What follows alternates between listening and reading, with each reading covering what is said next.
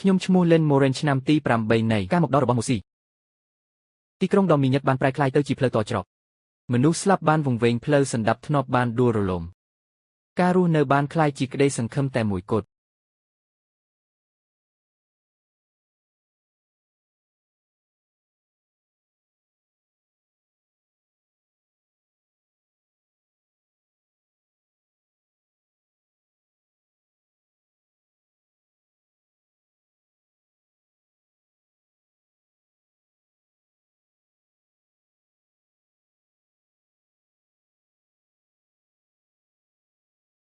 លីន Moran ដែលគ្មានប្រយោជន៍របស់យើងមានសំណាងណាស់ដែលបានរកសាច់កំប៉ុងមួយលីន Moran ដែលគ្មានប្រយោជន៍របស់យើងមានសំណាងណាស់ដែលបានរកសាច់កំប៉ុងមួយតើអ្នកចង់បានអ្វីអ្នកមិនអាចស្នាក់នៅទីនេះបានទេអ្វីដែលអ្នកបានរកឃើញគួរតែជារបស់ខ្ញុំ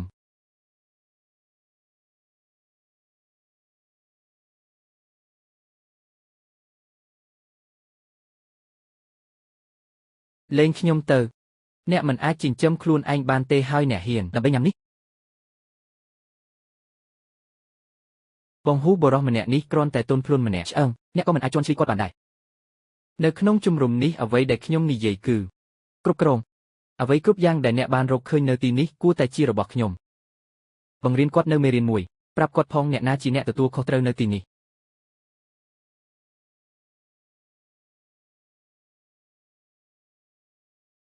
អ្នកមិនមានសមត្ថភាពទេប៉ុន្តែអ្នកនៅតែមានហ៊ានប្រយុទ្ធអ្នកកំពុងវិតម្លៃខ្លួនឯងហួសហេតុពេកហើយកន្លែងនេះមានទីតាំងល្អចូលយើងសម្អាតវានឹងក្លាយជាបន្ទីថ្មីរបស់យើងនៅក្នុងអនាគតយកបរិះម្នាក់នេះទៅមាត់ទ្វារហើយឲ្យគេទៅគាត់ឆ្លុះបញ្ចាំងពីខ្លួនឯង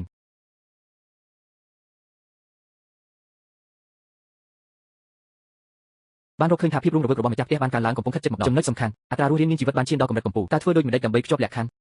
ប្រព័ន្ធបង្កើនសួតដ៏អស្ចារ្យចាប់ផ្ដើមចង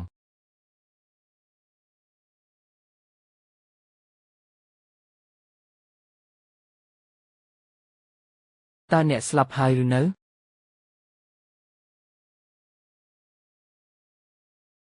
បានចងភ្ជាប់ដោយជោគជ័យដោះលែងភារកិច្ចថ្មីថ្មោងក្នុងរយៈពេល3នាទីពង្រឹងសួតដើម្បីទប់ទល់ការគំរាមកំហែងដ៏សាហាវនៅខាងក្រៅទ្វារប្រព័ន្ធបង្កើនដែកថែបនេះបានរកឃើញគោលដៅគឺដែកច្រែថាតើត្រូវបង្កើនគំនិតដែរឬទេទទួលបានសក់វែងខូចជាមួយនឹងលក្ខណៈមុតស្រួចរឹងមាំឥទ្ធិពលលើជុំបន្ទាប់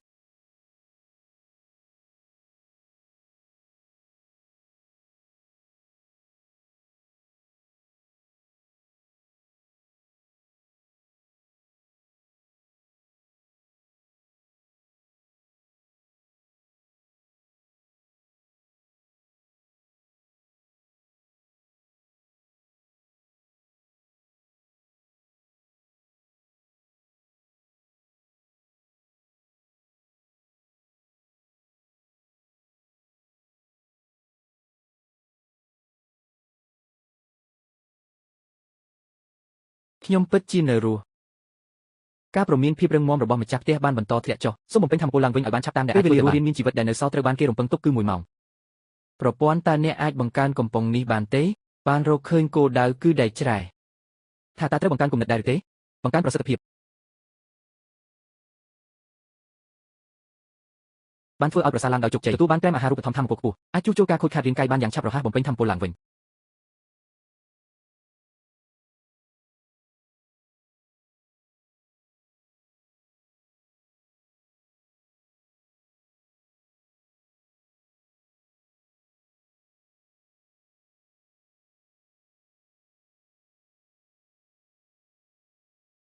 តើអ្នកហ៊ានប៉ុណ្ណា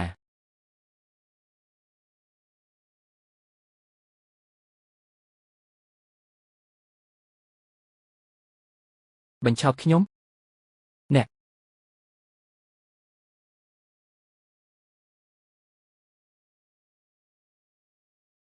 ជួយខ្ញុំ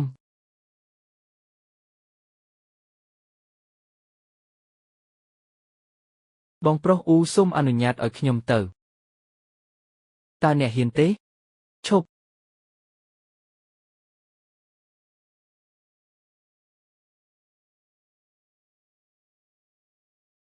នេះមិនមែនជាលីន Moran ទេ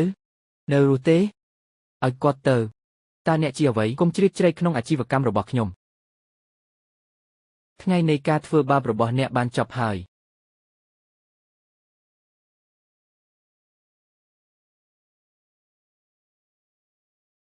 តើអ្នកហ៊ានតាំងវិញដោយរបៀបណាទៅឋាននរកទៅ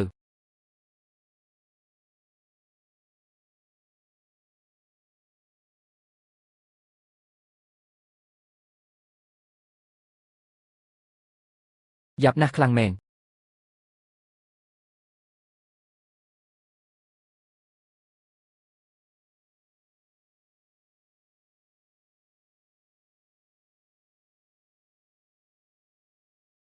លីនម៉ូរ៉ានអាចបង្ក្រាបដែកច្រេះបាន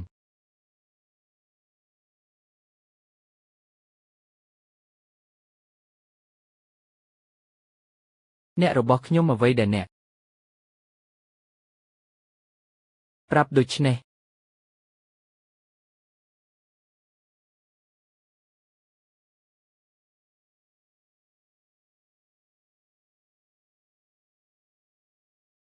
នាងបានប្រាប់ខ្ញុំថាកូនប្រុសរបស់ខ្ញុំស្រឡាញ់អ្នកមកចុះខ្ញុំជាសំណួរអ្នកសម្លុត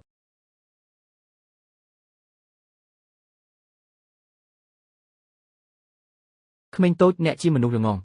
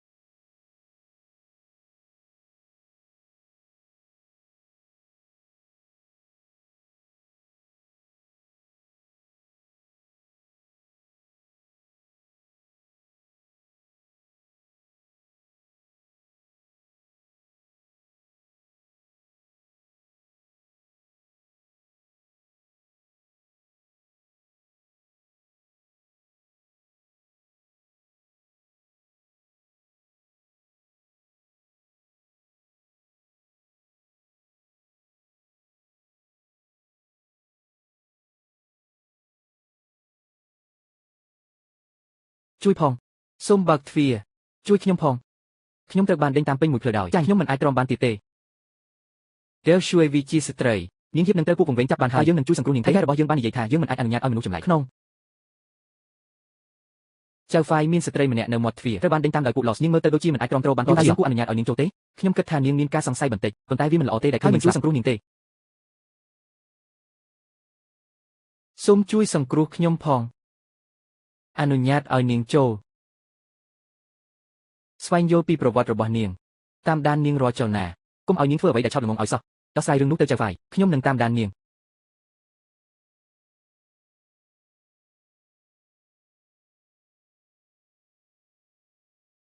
អរគុណច្រើនខ្ញុំគិតថាខ្ញុំនឹងស្លាប់នៅថ្ងៃនេះខ្ញុំខុសហើយក្រុម Blood Wolf Gang បានបញ្ជូនអ្នកបង្កបញ្ហាបែបនេះមកទាន់ពេលចូលយើងមើលថាតើអ្នកកំពុងធ្វើអ្វីនេះគឺជាម្ចាស់សាវ័ននោះគាត់មិនមើលទៅដូចជាមនុស្សពិសេសនោះទេក្មេងស្រីតូចឲ្យឯងធ្លាប់ប្រើវាហើយឬនៅបាទចាស់សោះថៅកែរបស់យើងបាននិយាយថាដរាបណាអ្នកធ្វើតាមច្បាប់ទាំងនេះនឹងតែងតែជាផ្ទះរបស់អ្នកជានិច្ចអរគុណបងប្រុសដៅប៉ាវខ្ញុំសាំនឹងវាហើយវាគ្រាន់តែថាលោកលីនតែងតែផ្ដោតអារម្មណ៍ខ្លាំងណាស់ខ្ញុំឃើញគាត់រវល់ពេញមួយថ្ងៃវាដូចជាគាត់កំពុងធ្វើអ្វីមួយដ៏សំខាន់ត្រឹមត្រូវហើយចៅហ្វាយរបស់យើងគឺជាព្រះគាត់អាចប្រែក្លាយដែកដែលបាក់ទៅជាអាវុធវេទមន្តរបស់ដែលខូចនេះមិនអាចប្រើបានតតែសោះ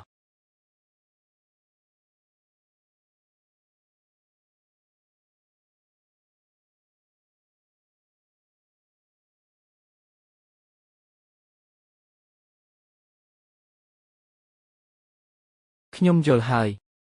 វាគ្រាន់តែជាជំនាញមួយដើម្បីពង្រឹងលោហៈវាមិនមែនជារឿងធំដុំទេខ្ញុំគិតថាវាជាអាចកំបាំងមួយវាហាក់ដូចជាមិនពិបាកយកទេសាវ័ននោះ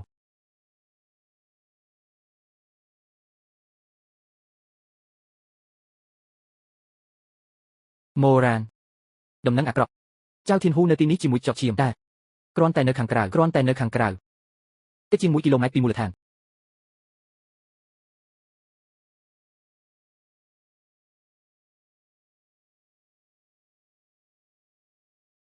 ជួយផង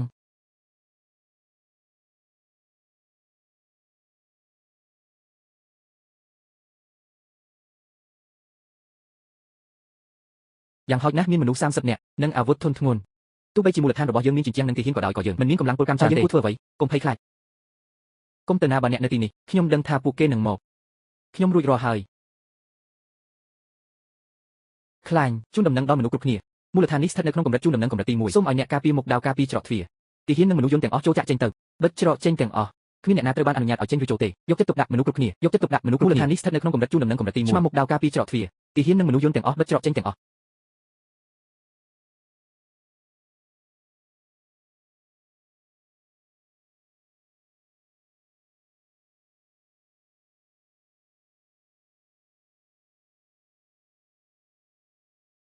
លីនម៉ូរ៉ានអ្នកកំសាកចេញពីទីនេះទៅបើទ្វារឲ្យលុតជង្គង់ចុះហើយចុះចាញ់ផ្ដល់ឲ្យខ្ញុំនៅអាចកំបាំងនឹងស្ត្រីដែលបានពង្រឹងរបស់អ្នកបើមិនដូច្នោះទេពេលយើងវាយប្រហារអ្នកនឹងមិនអាចរស់ឬស្លាប់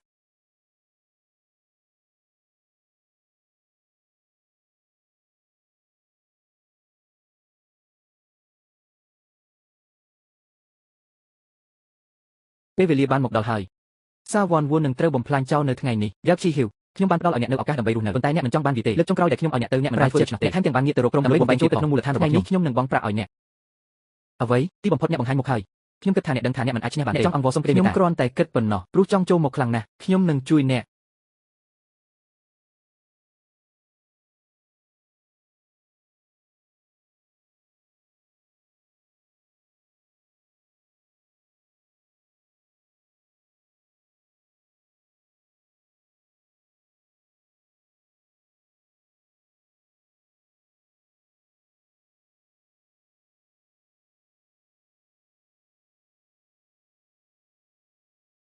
ចៅហ្វាយនេះមិនមែនជាអ្វីដែលយើងចង់បាននោះទេតោះរ៉ូត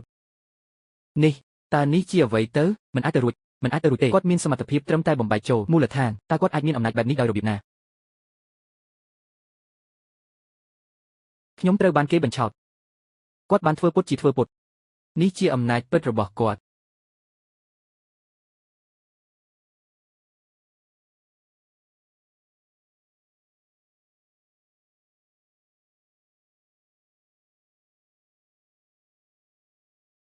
សម្រស់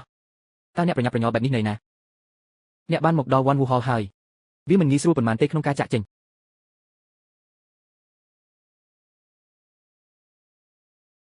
លំហូរក្រហមដែកសាក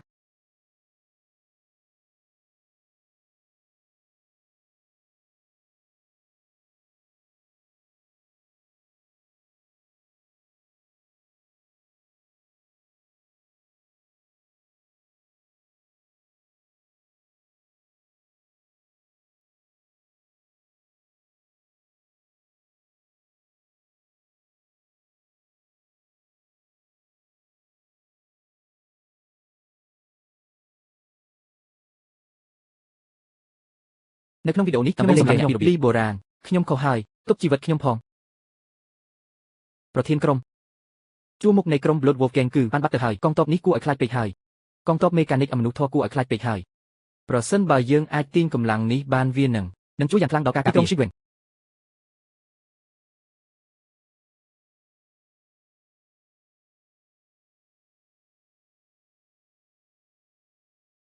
ប្រធានក្រុមមានអង្គការមួយនៅទីនោះហាក់ដូចជាមិនមែនជារបស់ Blood Wolf ទេ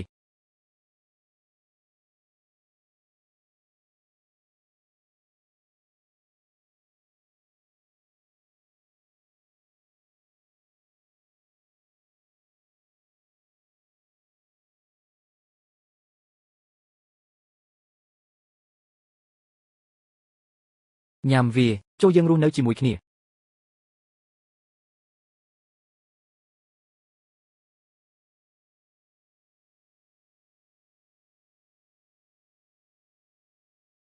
វ៉ាន់ឈីង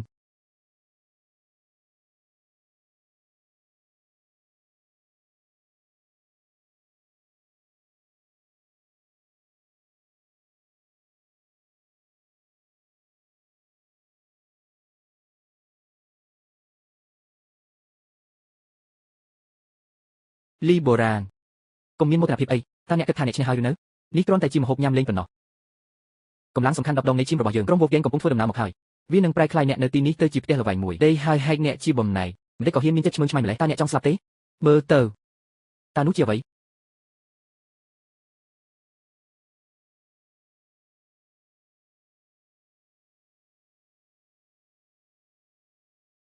តើនោះជាអ្វីមិនល្អទេវាជាកម្លាំងសំខាន់នៃ Blood Wolf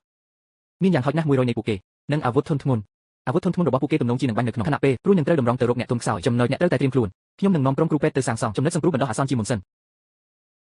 ពួកគេនៅទីនេះនៃក្រុមរបស់យើងមកដល់ហើយអ្នកមកទាន់ពេលវេលាមែន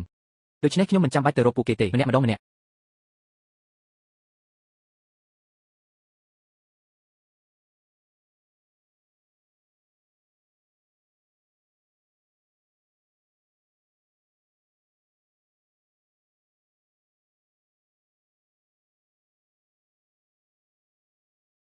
លីនម៉ូរ៉ានចេញមកកូនឲ្យកូនមានចិត្តក្លាហានហ៊ានប៉ះបរិសុទ្ធរបស់ខ្ញុំយ៉ាងម៉េចឥឡូវនេះខ្ញុំនឹងផ្ដល់ជម្រើសពីរដល់អ្នកដំបូងសូមបើកទ្វារប្រាប់ខ្ញុំពីអាចកំបាំងរបស់អ្នកបដៃរបស់អ្នកខ្ញុំនឹងរក្សាអ្នកឲ្យនៅរស់ទីពីរខ្ញុំនឹងបើកទ្វារសម្រាប់មនុស្សគ្រប់គ្នានៅទីនោះកុំទុកអ្នកណាឲ្យនៅរស់ម៉ូរ៉ានមានពួកគេច្រើនពេកហើយកម្លាំងបាញ់របស់ពួកគេខ្លាំងពេកហេតុអ្វីយើងមិនគិតរកវិធីដើម្បីបំបែកមុនគេគ្រាន់តែគាត់មិនរឹងមាំគ្រប់គ្រាន់ទេភ្លើងបំផ្ទុះទ្វារដែកនេះ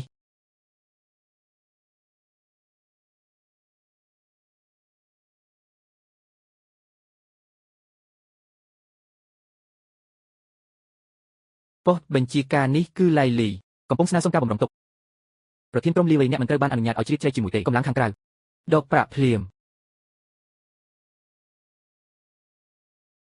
តើគ្រប់គ្រាន់ហើយឬនៅបើវាគ្រប់គ្រាន់ហើយដល់វេនខ្ញុំហើយ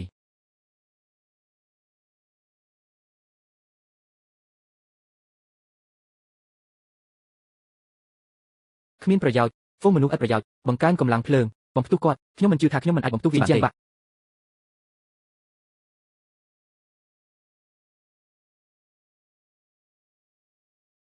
ធ្វើឲ្យប្រព័ន្ធទប់ទល់ខ្យល់និងជំនោរសកម្ម កំចាត់អាវុធធនធ្ងន់របស់ពួកគេជាមុនសិនយល់ពង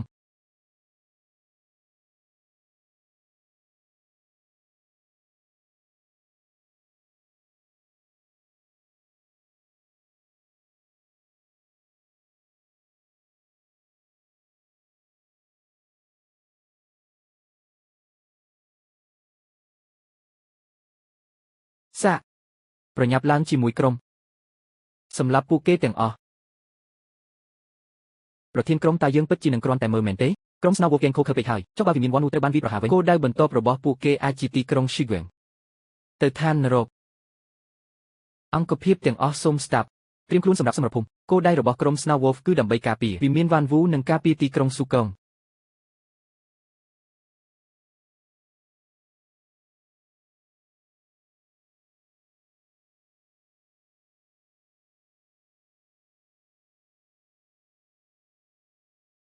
តើអ្នកហ៊ានជ្រៀតជ្រែកក្នុងអាជីវកម្មរបស់ខ្ញុំដោយរបៀបណាទៅឋាននរកចុះព្រើអ្នកកំពុងធ្វើឲ្យប៉ះពាល់ដល់សុវត្ថិភាពរបស់ក្នុងតំបន់នោះសម្រាប់មនុស្សស្លូតត្រង់និងធ្វើបាបអ្នករស់រានមានជីវិតក្នុងនាមជាប្រធានក្រុមឆ្លុបយកការរបស់ទីក្រុង Shigweng ខ្ញុំមានភារកិច្ចសម្អាតរបស់អ្នកភាពញញៃថ្ងៃនេះជាថ្ងៃស្លាប់របស់អ្នកលោកមេបញ្ជាការឡៃសូមអរគុណខ្ញុំនឹងចងចាំគុណបំណាច់នេះលោកលីនខ្ញុំអរគុណលោកមិនបានគ្រប់គ្រាន់ទេឃ្លាំងគ្របរំសេវរបស់ក្រុម Snow Wolf ស្ថិតនៅក្នុងខាងក្រោយការការពាររបស់ពួកគេខ្សោយនេះជាឈាមជីវិតរបស់ពួកគេខ្ញុំនឹងផ្ញើគោអរដនេទៅអ្នករ៉ូជើនោះកែតម្រូវកម្មភ្លើងគោអរដនេគោដៅធម្មគោអាត់បម៉ា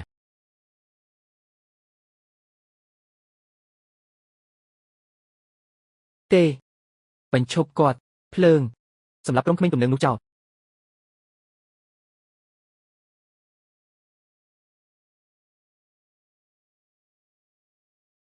លីនម៉ូរ៉ានអ្នកគឺជាមេគំនិតនៅពីក្រោយរឿងទាំងអស់នេះចេញពីទីនេះហើយប្រយុទ្ធជាមួយខ្ញុំមួយនៅលើមួយប្រសិនបើអ្នកឈ្នះក្រុម Snow Wolf ទាំងមូលនឹងក្លាយជារបស់អ្នកបើអ្នកចាញ់អ្នកនឹងលុតជង្គង់នៅចំពោះមុខខ្ញុំដូចជាឆ្កែមួយក្បាលតើអ្នកហ៊ានទេ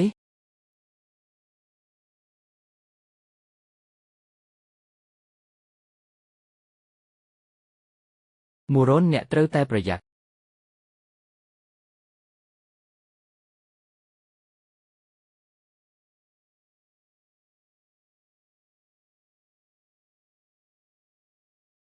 អ្នកជាមនុស្សកំសាក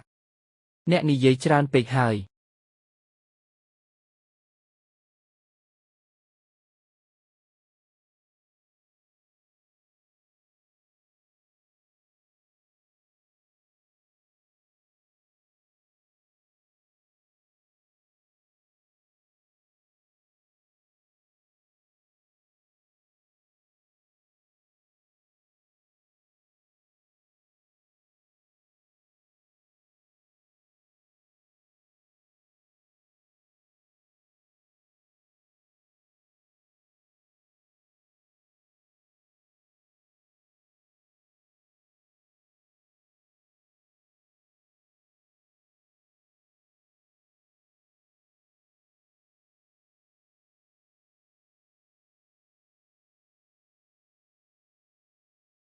មូរៀនអ្នកសុខសប្បាយជីទេអស្ចារ្យណាស់កុំបារម្ភអីខ្ញុំបានសន្យានឹងអ្នកថាខ្ញុំនឹងរស់នៅ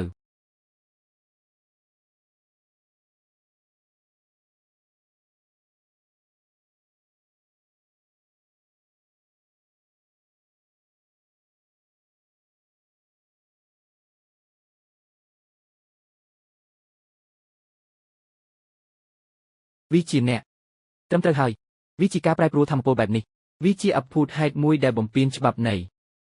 រូបវិទ្យាប្រាប់ខ្ញុំផងតើអ្នកធ្វើវាដោយរបៀបណាតើអ្នកកំពុងធ្វើអ្វីអ្នកត្រូវតែប្រាប់ខ្ញុំ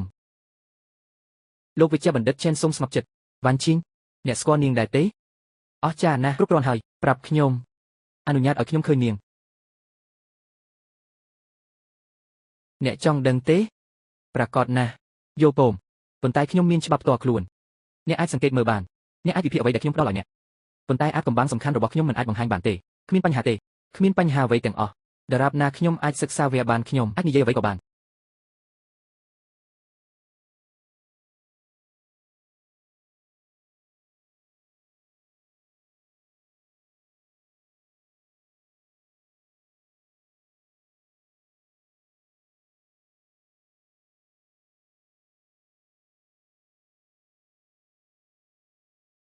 លីនម៉ូរ៉ានម្ចាស់សាវ៉ននូ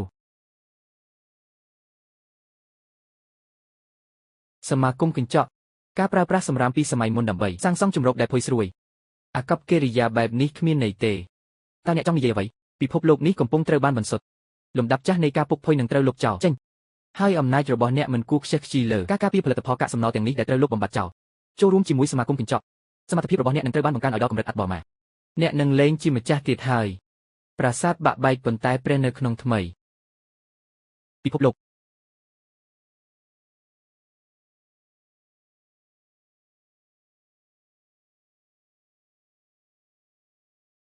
ជំរឿឆោតល្ងងសូមស្វាគមន៍រលកនៃការបន្សុទ្ធមិនគួរឲ្យជឿ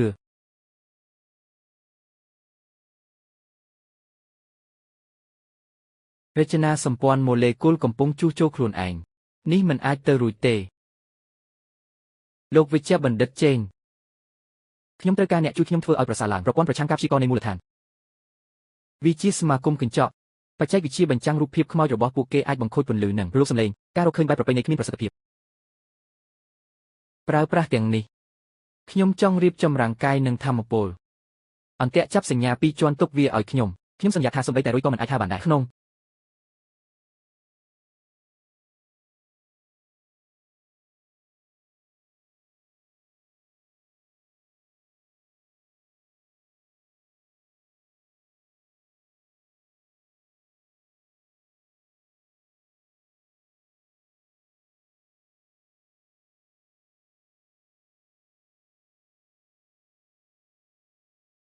ខ្ញុំបានរងចាំអ្នកយូរមកហើយពេលវេលា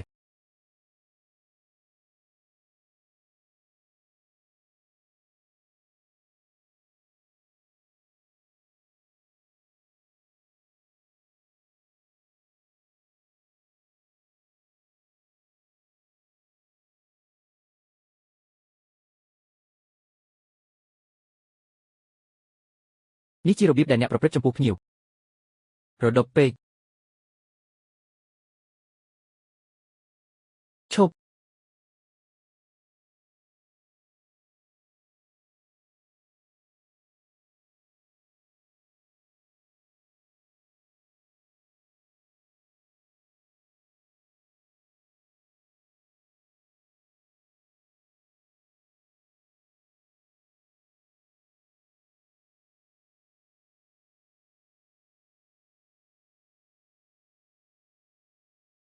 សូមរីករាយជាមួយសន្តិភាពចុងក្រោយ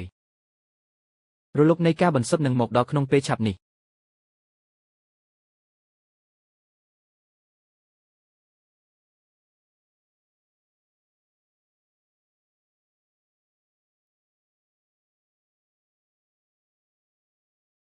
គ្រឿងសឹក4វិមាត្រជំនាន់ទី3ត្រូវដឹកជញ្ជូននៅថ្ងៃនេះលីនជាឈីភាពញឹកញាប់នៃសម្លេងរ៉ូតមែនហើយប្រេកង់នេះដរាបណាវាអាចបង្កើតឡើងវិញនៅប្រភេទនេះនៃការប្រែប្រួលធម្មពលយើងអាចផលិតបានច្រើនយ៉ាងដែលមានអានុភាពឧបករណ៍បុរាណយើងធ្វើបានហើយ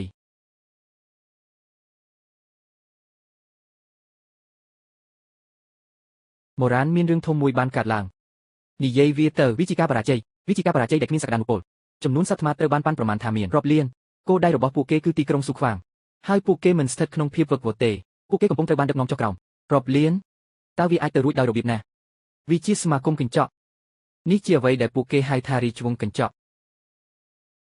ខ្សែការពារនឹងដួលរលំក្រុងស៊ូកាំងមិនអាចទ្រាំទ្របានទៀតទេ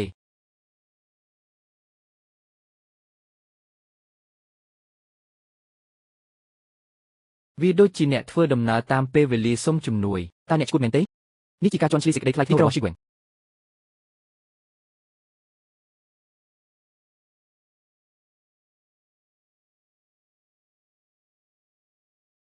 ប៉ុន្តែខ្ញុំត្រូវការគ្រាប់រំសេវសេចក្តីថ្លៃថ្នូរនៅពេលដែលអ្នកហ៊ីបនឹងស្លាប់តើអ្នកអាចសេចក្តីថ្លៃថ្នូររារាំងធ្មេញរបស់ម្ចាស់របស់អ្នកលោកគ្រូវូយើងមិនដឹងពីកម្លាំងរបស់វ៉ាន់ហកនៅខាងក្រៅរួចហើយយើងនឹងត្រូវគេស៊ីទាំងរស់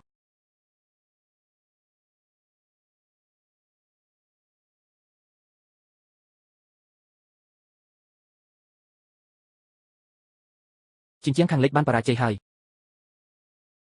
យើងមិនអាចទ្រាំទ្របានទៀតទេសូមជួយផង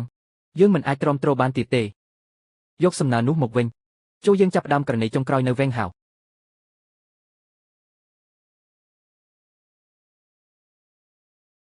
លោកគ្រូអ៊ូអ្នកមិនអាចចេញទៅក្រៅបានទេ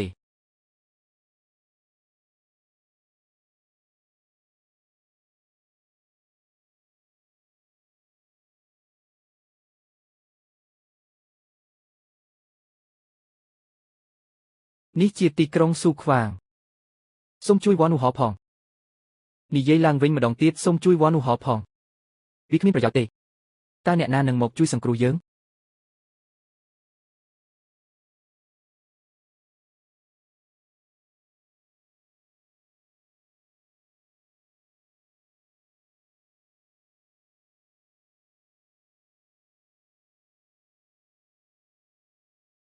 យើងត្រូវតែឈ្នះសមរភូមិនេះ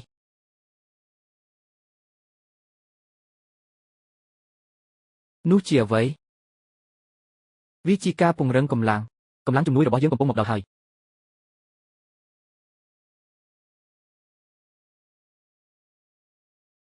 កាំភ្លើងធំទាំងអស់បាញ់ដោយសេរីគោលដៅស៊ីឆាវ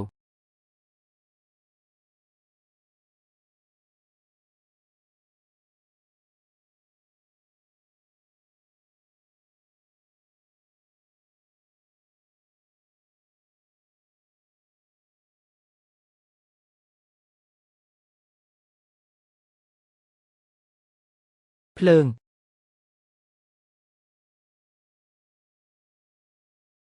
បងប្អូនឲ្យកម្លាំងជំនួយកំពុងមកដល់ហើយសម្រាប់ពួកគេទាំងអស់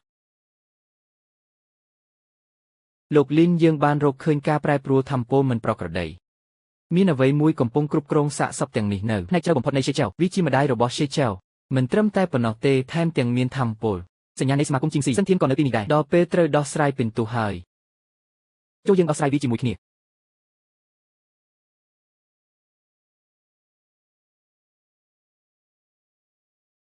លីនម៉ូរ៉ានដល់ពេលត្រូវដោះស្រាយហើយ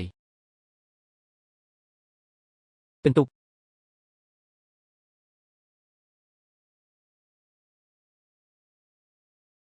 ើអ្នកគិតទេត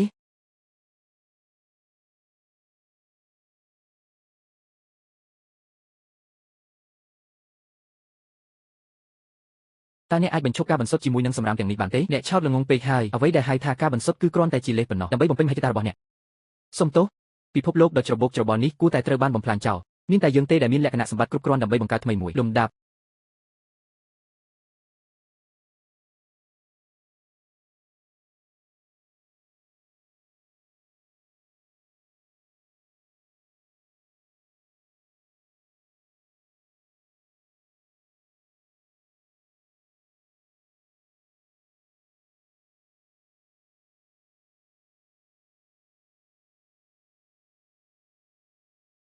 នេះនឹងមិនធ្វើទេ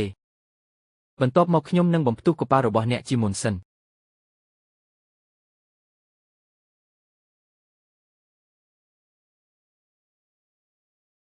ចេញពីផ្លូវខ្ញុំ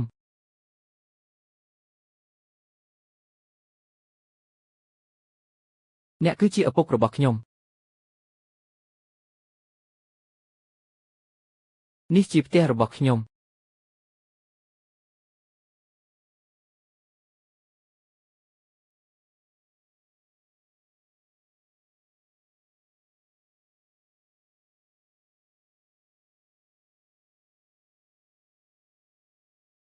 អ្វី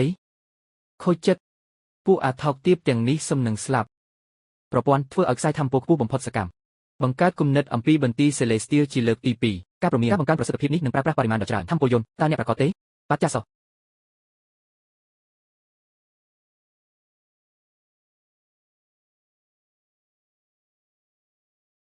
ទេវាមិនអាចទៅរួចទេការផ្គត់ផ្គង់សម្ភារៈឡើងវិញប្រភេទនេះតើអ្នកជានរណាគោលដៅសេងធានទេ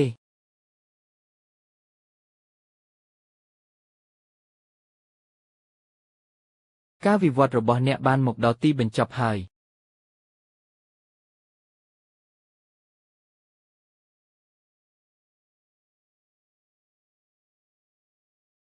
យើងមិនអាច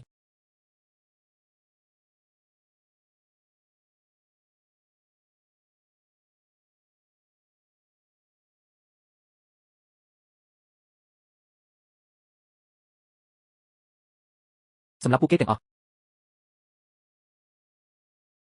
ហៅទៅ Rally កងកម្លាំងដីកំពុងឡោមព័ទ្ធខ្ញុំចម្លងវា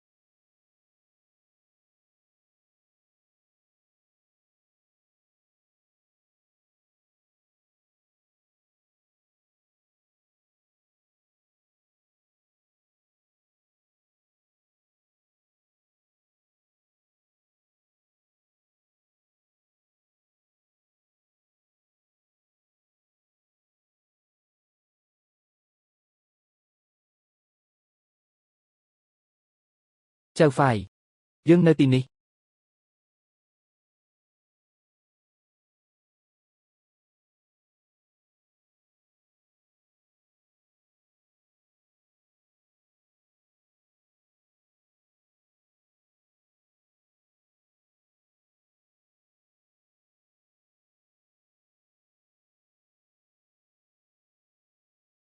លោកលេងស្នូលរបស់វាស្ថិតនៅផ្នែកខាងលើនៃលោកនោះជាចំណុចខ្សោយរបស់វា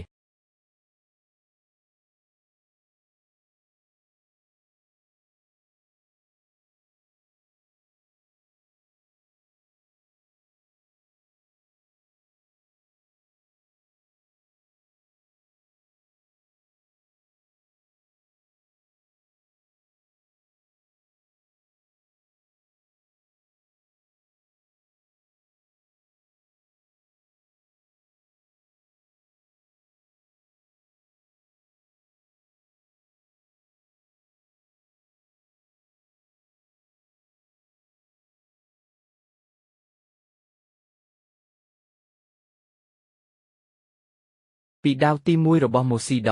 ខ្ញុំបានដឹងហើយថាសាវ៉ានូនិងទីក្រុងឈឺហ្គួងអ្នកនឹងក្លាយជាពន្លឺដែលបំភ្លឺតែគេបោះបង់ចោលអរគុណលោកលីនអ្នកគឺជាព្រះអង្គសង្គ្រោះរបស់យើងពិធីបុណ្យសពមិនទាន់បាត់នៅឡើយទេរឿងម៉ូឆៃមិនទាន់ចប់នៅឡើយទេប៉ុន្តែចាប់ពីពេលនេះទៅយើងនឹងមិនអនុញ្ញាតឲ្យអ្នកដទៃសម្រាប់យើងមិនចាំបាច់តស៊ូក្នុងទីងទេយើងនឹងប្រើដៃរបស់យើងដើម្បីសាងសង់ផ្ទះរបស់យើងឡើងវិញជាមួយនឹងកាកសំណល់ដែលគេបោះបង់ចោលនិងអរិយធម៌របស់យើងនឹងលំដាប់រឿងព្រេងថ្មីមួយទើបតែចាប់ផ្ដើម